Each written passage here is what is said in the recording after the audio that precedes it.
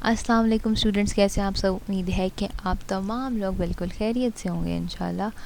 तो आज जो हम लोग करने वाले हैं चैप्टर 6 ही कर रहे हैं, उसके जो लॉन्ग क्वेश्चन आंसर्स हैं वो हम लोग करने जा रहे हैं। सो जी पहला है, ये जितने सारे के सारे आपको बुक पर से मार्क करवाऊँगी, ज़्यादा लंबी वीडियो नहीं होने वाली। तो स्टार्ट करते हैं।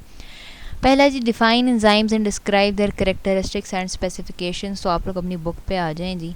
ये पहला आपकी बुक का पेज है, यहाँ जहाँ ये टॉपिक शुरू हो रहा है ना, जहाँ आपको ये 1L लिखा नज़र आ रही है। तो टॉपिक है जी 6.1 एंजाइम्स और देयर कैरेक्टरिस्टिक्स। यहाँ एंजाइम्स आर वेरी इंपॉर्टेंट। यहाँ आपने ना एंजाइम की पहले तो डेफिनेशन लिख लेनी है, और फिर आप लोगों ने नीचे ना ये एंड तक, कहाँ तक लिखना है, यहाँ तक जहाँ ये मैंने लिखा हुआ एंजाइम्स मेक मेटाबॉलिक पाथवे, यहाँ तक आपने ये 7 की 7 हेडिंग्स सारी की सारी लिखनी है। ठीक है, ये कंप्लीट हो गया जी। उसके बाद हमारे पास उसके बाद दूसरी चीज़ आती है ना, सवाल में लिखा है स्पेसिफिकेशन ऑफ एंजाइम्स रिलेटेड भी। तो आप लोग बिल्कुल ना अपने चैप्टर के आखिरी पेज पे चले जाएं। ठीक है, ये स्पेसिफिसिटी ऑफ एंजाइम्स लिखा हुआ है ना, ये भी आपको सारे का सारा एंड तक लिखना पड़ेगा, क्योंकि ये लॉन्ग क्वेश्चन है, तो भाई ये तो करना पड़ेगा। फिर अगला है जी हमारे पास एक्सप्लेन मेटाबॉलिज्म विद एग्जांपल। तो वापस आ जी आप लोग आ जाओ अपने बुक के चैप्टर के पेज नंबर 1 पे, जहाँ से जी आपका स्टार्ट हो रहा है ना, different enzyme types of cells, यहाँ से लेके आपने मेटाबॉलिक पाथवे के नीचे our body work to help us to survive, यहाँ तक आपने सारा लिखना। और जितने भी ये हेडिंग्स है ना, अब आपने करोगे क्या, जरा मेटाबॉलिज्म की हेडिंग दोगे, मेटाबॉलिज्म नीचे लिखो, फिर कैटाबॉलिज्म की वो नीचे लिखोगे, फिर एनाबॉलिज्म वो नीचे लिखोगे। ठीक है, फिर इन दोनों का डिफरेंस, फिर एक्टिव साइड की हेडिंग देके उसके नीचे सबस्ट्रेट की हेडिंग देके उसके नीचे उसकी डेफिनेशन, प्रोडक्ट की हेडिंग दोगे, उसके नीचे प्रोडक्ट की डेफिनेशन, मेटाबॉलिक पाथवे लिखोगे, उसकी डेफिनेशन। इस तरह आपने सारा करना है लॉन्ग क्वेश्चन। ठीक है, उसके बाद अगला है जी, prove that enzymes are proteins and are specific in function. Explain that specificity of enzyme is due to its shape. Mechanism of enzyme पे आप लोगों को आना पड़ेगा जी। ये आप लोगों को मिल जाएगा पेज नंबर 81 पे। ठीक है, मैकेनिज्म ऑफ एंजाइम एक्शन में most enzymes are far larger molecules, यहाँ से लेके स्टार्ट करना है। और ये figure 6.5 lock and key model से ऊपर तक। अब इन्होंने क्वेश्चन नंबर 3 में भी स्पेसिफिटी ऑफ एंजाइम्स के बारे में लिखा। तो चैप्टर नंबर जो क्वेश्चन नंबर लॉन्ग 3 है ना, उसमें आप सिर्फ यहाँ से लिखोगे we already enzymes are specific, यहाँ जहाँ मैं एरो आप लोगों को दिखा रही हूँ, ये जो है, ठीक है, ठीक है, ये आप लोगों को गलत ही वैसे ये लग गया, मैं आप लोगों को दिखाती हूँ जी कैसे दिखाएं। समझ तो वैसे आ गई है ना, ये एंजाइम्स आर स्पेसिफिक। ठीक है, यहाँ से आपने लिखना स्टार्ट करना है, और एंड इसको कहाँ करना है, amylase on acts on starch, यहाँ तक आप लोगों ने सारे का सारा लिखना है। वापस जी इसी पे ही चलते हैं, किधर गया, हाँ ये, ठीक है, हम इसको रेज कर लेते हैं। फिर है ये कंप्लीट हो गया जी। अब थोड़ा सा और नीचे जाते हैं।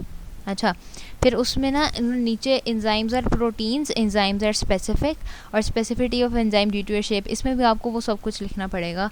जो स्पेसिफिटी ऑफ एंजाइम्स वाला तो वही है जो आप लिखोगे। फिर एंजाइम्स आर प्रोटीन्स और एंजाइम्स आर स्पेसिफिक, या आप लोगों को ना वापस अपने पहले पेज पे जाना पड़ेगा, जहाँ प्रॉपर्टीज़ लिखी हुई थी ना, यहाँ आप लोग देख लो, मैं आप लोगों को दिखाती हूँ। ये वाला जो एंजाइम्स आर प्रोटीन्स, ये वाली जो एक लाइन है ना, ये भी आपको उस क्वेश्चन के एंड पे ऐड करनी पड़ेगी, जो कि क्वेश्चन नंबर 3 है।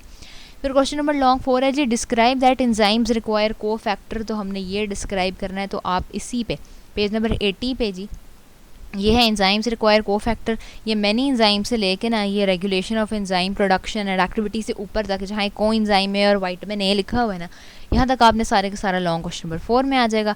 फिर what is energy of activation, explain with reference to an enzyme. तो एनर्जी ऑफ एक्टिवेशन पे आप लोगों को आना पड़ेगा, बिल्कुल इसी पेज पे नीचे एनर्जी ऑफ एक्टिवेशन, ये विद डायग्राम। आपने पहले तो आप इन सबको हेडिंग्स के साथ लिखोगे, इसको पॉइंट्स की फॉर्म में अलग-अलग बिल्कुल उठा के, पैराग्राफ की फॉर्म ही नहीं, प्यारा सा अच्छा सा करके लिखना है। और फिर ये जो सारा डायग्राम है, ये बहुत ज़्यादा इंपॉर्टेंट है, और ये पेपर में आ चुकी है 1-2 दफ़ा, तो इसको प्रिपेयर ज़रूर कर लीजिएगा। फिर आ जाता है जी, what happens to an enzyme when you increase और डिक्रीज दिस। तो हमारे पास जो इससे अगला पेज नंबर 81 है, उस पर फैक्टर्स अफेक्टिंग एंजाइम एक्टिविटी, ये पीएच का पूरा टॉपिक, टेम्परेचर का पूरा टॉपिक, और सबस्ट्रेट कंसनट्रेशन का पूरा टॉपिक लॉन्ग क्वेश्चन नंबर 6 का आंसर है आपका, विद डायग्राम्स ज़रूर बनानी है, ये भी MCQs में आ जाती हैं।